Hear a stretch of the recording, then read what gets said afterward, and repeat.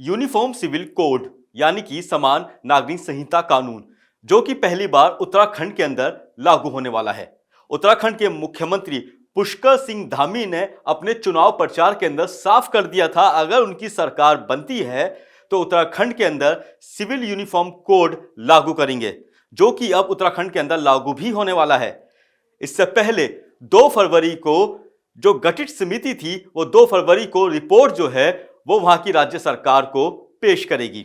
उसके बाद राज्य सरकार विधानसभा के अंदर इसे रख के और इस पर एक कानून बनाएगी, जिसके मद्देनजर यूनिफॉर्म सिविल कोड के चलते 21 साल शादी की उम्र होगी। यहां तक कि अगर कोई लिव इन रिलेशनशिप में भी रहना चाहता है तो उन्हें अपने घर वालों को बताना पड़ेगा। हलाला जैसी प्रथा जो है वो समाप्त होगी और एक समय पे एक युवक एक ही पत्नी रख सकता है। लेकिन जाहिर सी बात है, जब कोई कानून आता है तो उसका विरोध भी होता है। ओवैसुद्दीन ओवैसी की अगर बात करें तो उन्होंने साफ तौर पर आरोप लगाया है कि कानून जो है वो आम जनता के लिए सही नहीं है और सरकार को इस पर गौर करना चाहिए। आरोप प्रत्यारोप का दौर जारी है, लेकिन वहीं उत्तराखंड के मुख्यमंत्री ने साफ कर दिया है कि उत्तराखंड के अंदर वो यूनिफॉर्म सिविल कोड लाकर ही रहेंगे। देखिए हमारी ये खास रिपोर्ट।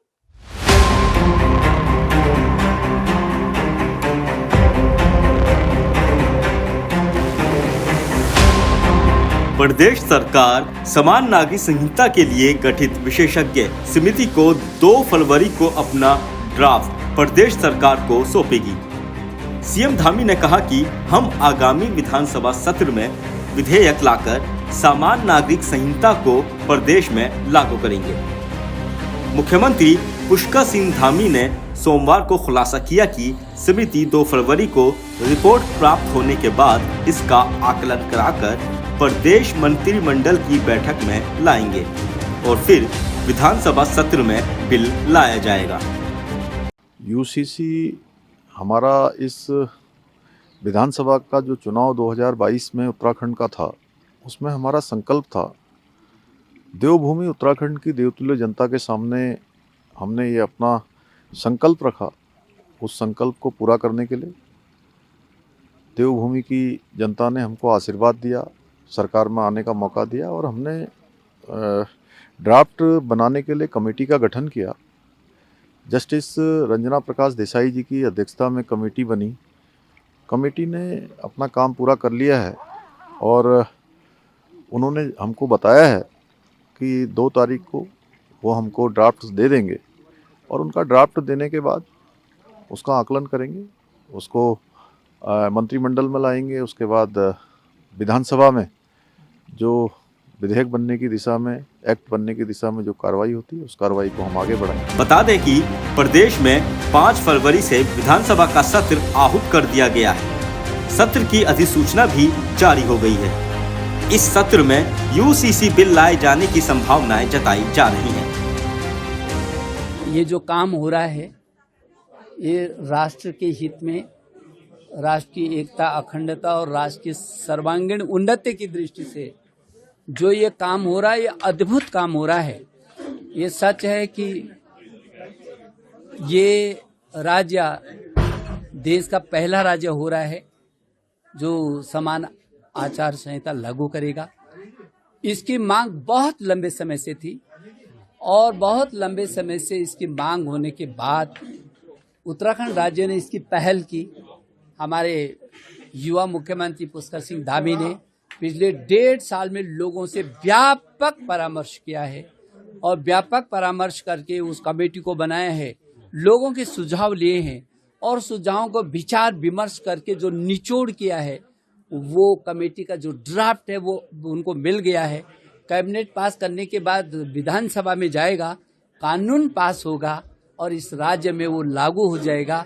मैं अपनी गवर्नमेंट को, पुष्कर सिंह धामी मुख्यमंत्री को बहुत बधाई देना चाहता हूं कि उन्होंने इस राज्य के लिए, इस राज्य को पूरे देश के लिए एक ऐसे आदर्श राज्य के रूप में इस काम के लिए आगे स्थापित किया है, ताकि इसको देश के अन्य राज्य भी लागू कर सकें। तो ये छोटा नहीं, ये देवभूमि से ये बड़ा काम हुआ है। 5 फरवरी से 8 फरवरी तक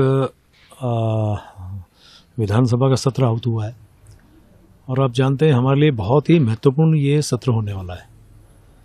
मुख्य विषय आप जानते ही हैं कि जिस प्रकार से यूसीसी के लिए हमने बहुत पहले से, यानी सरकार ने बहुत पहले से एक कमेटी बनाई थी जिसकी रिपोर्ट अब तो हमें पूरी उम्मीद है कि 2 तारीख यानी 2 फरवरी को सरकार को मिल रही है। मैं शुरू से कहता आ रहा था कि जब ये यूसीसी की रिपोर्ट हमें मिलेगी तो जो भी सत्र हमारे सामने होगा उसमें हम व्यापक चर्चा के लिए यूसीसी को लाएंगे। ये बहुत ही मैं कह सकता हूँ महत्वपूर्ण हमारे लिए है, बल्कि उत्तराखंड शायद देश का पहला ऐसा राज्य होगा जो यूसीसी के लिए सत्र में व्यापक चर्चा के बाद उसे लागू भी करेगा। साथ में जो हमारा उत्तराखंड आंदोलनकारियों का क्षैतिज आरक्षण का विषय जो हम लास्ट टाइम विधानसभा में लाए थे और उसके लिए प्रवर समिति बनी थी, और प्रवर समिति की मेरी अध्यक्षता में आने को बैठ के हुई। मैं उसकी रिपोर्ट अध्यक्ष विधानसभा को सौंप चुका हूँ और ठीक उसके बाद ये सत्र हो रहा है तो स्वाभाविक रूप से उसमें भी उसकी चर्चा होनी है। तो ये 2 बहुत ही अति महत्वपूर्ण मैं शब्द बोल रहा हूँ। ये हमारे यहाँ इस सत्र के विधेयक उस पर जिस पे चर्चा होगी। और अभी वैसे तो ऐसा कोई बहुत बड़ा बिजनेस हमारे सामने नहीं है, लेकिन फिर भी इस बीच में कोई और भी ऐसा विधेयक होगा तो उसमें भी हम चर्चा करेंगे। लेकिन हमारे लिए उत्तराखंड वासियों के लिए, देशवासियों के लिए ये बहुत ही महत्वपूर्ण सत्र होने वाला है और हम यही कोशिश कर रहे हैं सरकार यानी कि पक्ष और विपक्ष व्यापक इसकी चर्चा करें ताकि पूरे, हम तो चाहेंगे कि ये सर्वसम्मति से पास हो, लेकिन विपक्ष किस भूमिका में रहेगा तो आने वाले समय में पता चलेगा। उम्मीद कर रहे हैं कि यदि सर्वसम्मति से नहीं भी होगा तो इसको हम पारित कराएंगे और फिर इसको कानून की शक्ल पे लाएंगे। 5 तारीख से जब सत्र शुरू होगा पहले दिन, चूँकि हमारे यहाँ सिटिंग एमएलए हैं सरबत अंसारी जी, उनका पिछले दिनों निधन हुआ है। मैं अपनी ओर से भी श्रद्धांजलि दे रहा हूँ और पहले दिन हम उनको श्रद्धांजलि देंगे। 6 तारीख को वैसे तो हमारे यहाँ क्या होता है कि कार्यमंत्रणा समिति की बैठक के उपरांत हम लोग तय करते हैं कि किस दिन क्या होना है, लेकिन मोटे तौर पे एक संसदीय कार्य मंत्री के रूप में बता रहा हूँ कि हम लोग कोशिश कर रहे हैं। कार्यमंत्रणा समिति में भी हमारा ये सभी से अनुरोध रहेगा कि 6 तारीख को हम इसको उसमें टेबल करेंगे और फिर वही कार्यमंत्रणा समिति यदि चाहेगी तो 7 तारीख को फिर इस पर व्यापक चर्चा हम करेंगे।